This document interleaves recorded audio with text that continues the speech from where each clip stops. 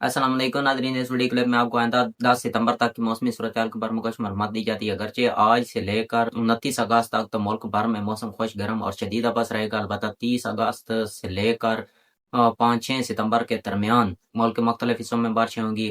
اس کی تفصیلاً بات کریں تو خیبر پختونخوا کے شمالی پہاڑی علاقوں، مردان، سوابی، اٹک، ایبٹ آباد، پشاور کے علاقوں میں بارش ہونے کے امکانات ہیں۔ یہ وقفے وقفے سے بارشیں ہوں گی۔ البتہ پٹوار کی بات کریں تو پٹوار کے پنڈی، اسلام آباد، جہلم، چکوال، فتح جنگ کے علاقوں میں بارش ہونے کے امکانات ہیں۔ اس کے علاوہ جو مشرقی پنجاب کے ناروال، سیالکوٹ، گجرانوالا، گجرات، منڈی بہاؤدین، حافظ آباد اور لاہور، مرید کے وزیر آباد کے علاقوں میں بارش ہو سکتی ہے۔